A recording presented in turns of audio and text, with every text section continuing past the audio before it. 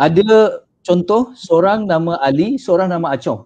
Ya, okay, Ali dengan Acong. Ini kita nak ajak berfikir. Ali tanam pokok jagung, Acong pun tanam pokok jagung. Semasa nak mula menanam pokok jagung ni, Ali ni baca bismillah, dia solat hajat, kemudian doa, dia tanam pokok jagung. Tapi dia tak bagi air, dia tak bagi baja, dia tak bagi cahaya, tak tengok. Tapi doa kuat. Acong pula tanam pokok jagung. Tak baca bismillah, mana nak bismillah, dia bukan Islam ya. Dia tak doa, tak solat hajat, tapi pokok jagung dia bagi baja, dia bagi air, dia bagi cahaya. Sekarang pertanyaan saya, pokok jagung siapa yang agak akan tumbuh? Pokok jagung yang ditanam oleh Ali ke oleh Acong?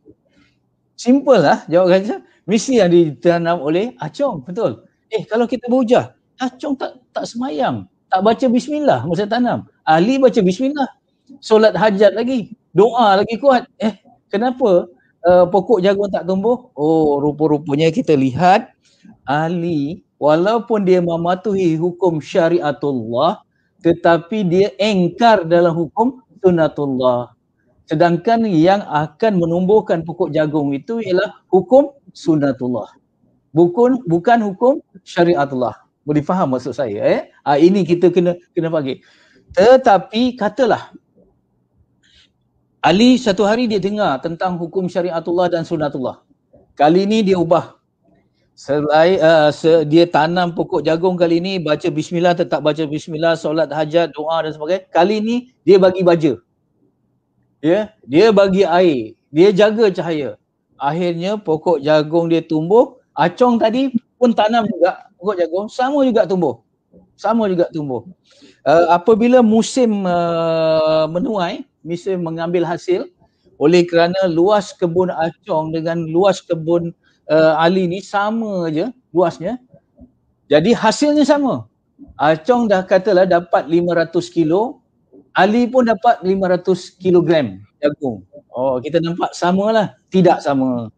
Walaupun sama dari segi kuantiti, iaitu 500 kilogram, tetapi 500 kilogram yang dihasilkan oleh Ali yang telah menepati hukum syariatullah dan sunnatullah lebih barakah daripada yang Acong punya. Lebih barakah maksudnya yang melimpah ruah. Ada kebaikan yang datang daripada rezeki itu barakah tu ziyadatul khair kebaikan yang melimpah ruah. Dia dapat hantar anak pergi universiti, dia boleh buat bayar zakat daripada rezeki yang dia dapat daripada 500 kilo tu berkembang kebaikan. Tetapi yang 500 kilogram yang dihasilkan oleh Acong tadi, itu sebab dia jauh lagi daripada situ, dia buat perkara-perkara yang lebih jauh daripada Allah, dan kadang-kadang daripada situ hilang barakah. Tak ada barakahnya. Jadi timbul sakit, timbul pergaduhan antara suami isteri oleh kerana rezeki itu. Baik, kita lihat Jadi cabaran umat Islam sekarang, Tuan Syed, Ustaz, kita perlu sinergikan antara kedua-dua hukum ni. Perlu kita sinergikan. Kalau kita nak melaksanakan satu, hukum syariatullah pun kita kena patuh, hukum sunnatullah pun kena patuh. Ada ungkapan yang berbunyi begini, Tuan, Ustaz Syed, orang Islam buat kerja betul, tapi buat kerja betul tak betul-betul. Manakala orang bukan Islam buat kerja tak betul, tapi buat kerja tak betul dengan betul-betul. Boleh faham maksud saya? Betul. Dia orang Islam ni buat kerja betul. Ustaz, sebab mematuhi hukum tadi. Ustaz, silakan Fadil. Minta maaf menyampuk sikit. Kita nak minta sahabat-sahabat kita yang menonton tolong tulis ayat yang Ustaz Fahrul sebut tadi. Tulis ayat tersebut di ruangan komen, kemudian tag friend-friend kita yang lain. Sebab ayat yang Ustaz Fahrul sebut ini menarik dan maknanya sangat mendalam. Kita tulis ayat yang Ustaz Fahrul sebut tadi, selepas tulis itu kita tag friend-friend kita. Kita sedang berkongsi ilmu tersebut dengan friend-friend kita yang lain. Ustaz, boleh tak Ustaz tolong ulang sekali lagi ayat tu perlahan sikit supaya sahabat kita sempat tulis, Kemudian Ustaz terangkan makna dia. Ya. Orang Islam buat kerja yang betul. Tapi kerja yang betul, dia tak buat betul-betul. Betul. Ya. Sebaliknya, orang bukan Islam buat kerja banyak yang tak betul.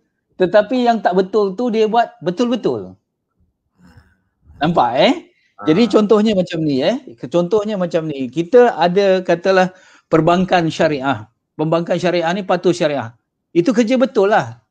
Tetapi saya pernah berdepan dengan seorang pengurus. Ini pengalaman saya dalam menjalankan latihan ni Ustaz Seorang pengurus dalam bank yang konvensional yang ada riba, dia rela berhenti untuk kerja di bank yang patuh syariah sebagai eksekutif biasa. Gaji dia kurang 3,000 Ustaz, tapi dia rela berkorban, dia nak yang patuh syariah. Kemudian saya tanyakan dia, okey, hijrah dia tu dah betul lah. Tetapi saya nak tanya dari hati ke hati, daripada sistem bekerja, daripada peralatan yang digunakan, daripada software, program-program yang digunakan dalam pengurusan dan juga pentadbiran, bagaimana perbandingan antara bank konvensional dulu dengan bank patuh syariah sekarang yang kamu duduk? Saya tak sebutlah nama bank. Dia kata apa? Tertinggal 10 tahun Ustaz. Allah. Maksudnya dia buat kerja yang bank tu, yang konvensional tu buat kerja yang tak betul, tetapi dia buat kerja tu betul-betul. Allah. Kita buat kerja yang patuh syariah, kita buat kerja yang betul tapi tak betul-betul. Allah.